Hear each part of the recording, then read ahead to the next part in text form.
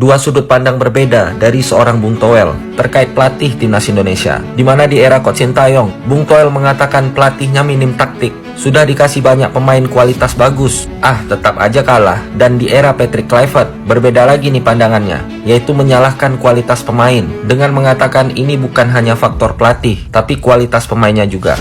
Aduh, ini maunya Bung Toel nih apa sih guys? Padahal faktanya di era Patrick Kluivert ini, yang salah itu memang Patrick Kluivert beserta tim kepelatihan. Karena udah difasilitasi pemain yang sangat mewah. Tapi malah permainan timnas Indonesia saat ini bisa dibilang lebih buruk dibanding era Coach Sintayong. Jadi kesimpulannya pelatih yang minim taktik itu bukan Coach Sintayong, tapi Patrick Kluivert.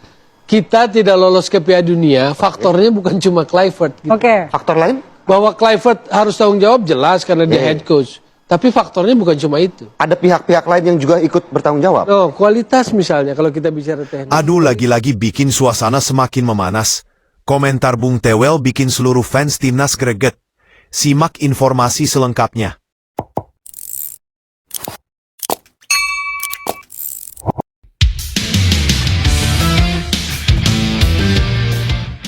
Kegagalan timnas Indonesia ke Piala Dunia 2026, Patrick Kluivert diserang, Sintayong ikut diseret. Kegagalan timnas Indonesia melaju ke Piala Dunia 2026 menempatkan pelatih Patrick Kluivert sebagai sasaran kritikan.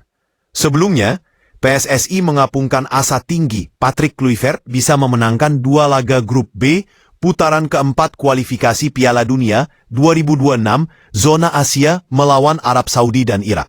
Nyatanya, Jai Idzes dan kawan-kawan menyerah 2-3 dari Arab Saudi dan takluk 0-1 dari Irak. Dengan demikian, pupus sudah mimpi rakyat Indonesia melihat tim kebanggaannya beraksi di pentas bal-balan terakbar 4 tahunan yang rencananya akan berlangsung di Amerika Serikat, Kanada, dan Meksiko 2 tahun mendatang.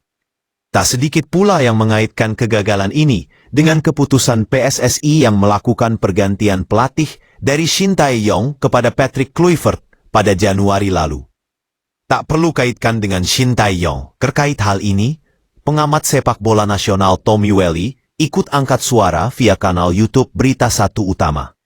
Kalau harapan, mimpi ke Piala Dunia sih sah-sah saja ya. Karena itu kan memang keinginan semua orang yang suka bola pasti kesana mimpinya gitu loh. Tapi kalau selalu dikaitkan dengan Sintayong, itu yang menurut saya sih menjadi keruh ya. Jadi analisisnya, pandangannya menjadi kurang jernih, kata Tommy Welly. Karena di situ ada sentimen. Sentimen masa lalu, sentimen Sintayong gitu. Padahal tadi sudah dibukakan bahwa enggak ada jaminan. Bahkan saya bisa mengungkapkan fakta-fakta di jejak digital tanggal 13 Agustus. Yang nggak usah sebut medianya ya. Tapi 13 Agustus kata kuncinya itu, STY sebut peluang Indonesia lolos ke Piala Dunia cuma 30% imbuhnya. STY juga janji. Menurut Tommy Welly, ia mengamati semua pernyataan Sintayong dan menyebut juru taktik asal Korsel itu beberapa kali berjanji tapi tak sesuai kenyataan. Mau saya tarik mundur lagi. November 2024, 7 November sebelum lawan Jepang, ngomongnya begini nih kurang lebih, ada di jejak digitalnya. Saya janji akan loloskan Indonesia. Saya jamin, janji apa jamin kalau nggak salah antara dua itu ya katanya. Akan loloskan Indonesia ke Piala Dunia dari ronde 3. Itu yang ngomong STY, ketusnya. Kan saya mengamati secara keseluruhan, full gitu loh. Jangan cuma satu pertandingan dipotong-potong. Jangan, begitu kalah dari Jepang, ngomongnya beda lagi. Saya tidak jamin loloskan Indonesia dari ronde 3 karena memang berat. Ya paling dari ronde 4. Realistis katanya di situ kan, tukas pengamat yang akrab disapa Bung Towel. Mau yang lebih ekstrim lagi? Pada saat dia direkrut, kenapa PSSI rekrut Sintayong waktu itu Jama Iwan Bule, ketua umum PSSI-nya? Kenapa bukan Luis Milla? Kan ada kontendernya kan? Ada kandidatnya?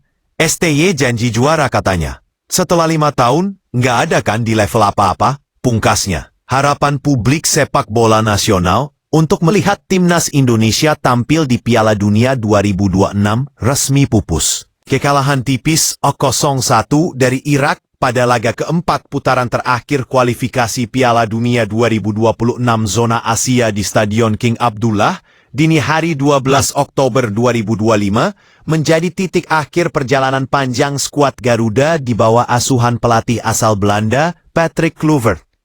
Kekalahan tersebut bukan hanya menggugurkan peluang Indonesia melaju ke putaran berikutnya, tetapi juga memicu gelombang besar kekecewaan dan kemarahan dari supporter tanah air.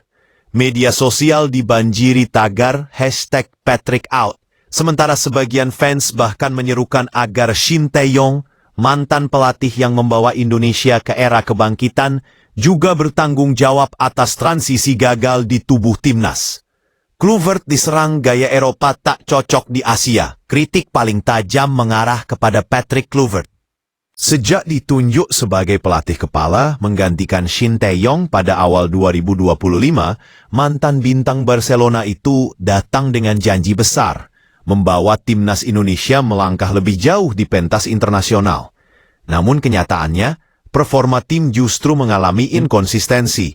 Dalam 4 laga di putaran keempat, Indonesia hanya mampu mencatat 1 kemenangan saat menundukkan Vietnam di kandang. Sisanya berakhir dengan 1 hasil imbang dan 2 kekalahan. Termasuk kekalahan terbaru dari Irak yang memupus harapan Garuda. Banyak pengamat menilai Kluivert terlalu memaksakan gaya sepak bola Eropa modern tanpa mempertimbangkan karakter pemain Indonesia. Mantan pelatih Persija, Rahmat Darmawan, bahkan menyebut pendekatan Kluivert kurang membumi. Patrick Kluivert datang dengan visi bagus, tapi tidak semua konsep Eropa bisa langsung diterapkan di Asia Tenggara.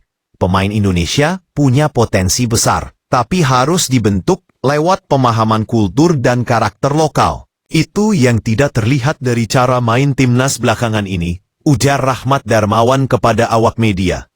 Fans geram, Patrick harus mundur sekarang juga. Usai laga melawan Irak, suasana di media sosial mendidih. Ribuan komentar membanjiri akun resmi PSSI dan Patrick Kluivert. Banyak fans menuntut pelatih asal Belanda itu mundur secepatnya. Salah satu kelompok supporter terbesar, Garuda Holic Ultras, mengeluarkan pernyataan terbuka yang isinya mengecam kinerja Kluivert. Kami sudah cukup bersabar. Dari 4 laga, hanya 1 kemenangan yang bisa dibanggakan. Tidak ada progres, tidak ada semangat Garuda. Patrick Kluivert gagal memahami jiwa tim ini. Kami minta PSSI segera bertindak tegas, bunyi pernyataan tersebut. Kemarahan fans semakin meluas ketika beredar kabar bahwa beberapa pemain senior seperti Marcelino Ferdinand dan Rahmat Irianto dikabarkan tak puas dengan metode latihan dan komunikasi Kluivert yang dinilai terlalu kaku dan berjarak. Sumber internal PSSI bahkan menyebut suasana ruang ganti pasca laga melawan Irak sangat tegang. Beberapa pemain tampak emosional, sementara asisten pelatih Alex Pastor dikabarkan sempat bersitegang dengan Kluivert di ruang taktik. Shin Tae-yong ikut diseret. Ini awal dari akhir. Menariknya, di tengah badai kritik terhadap Kluivert, nama Shin Tae-yong justru ikut terseret. Beberapa pengamat dan netizen menilai kegagalan ini merupakan efek domino dari perubahan arah filosofi sepak bola yang terlalu drastis setelah kepergian STY. Shin Tae-yong yang menukangi timnas Indonesia sejak 2019 hingga awal 2025 dikenal sukses membangun fondasi kuat, memperbaiki fisik pemain, memperkenalkan disiplin ala Korea, serta membawa Indonesia lolos ke putaran ketiga kualifikasi Piala Dunia untuk pertama kalinya dalam sejarah.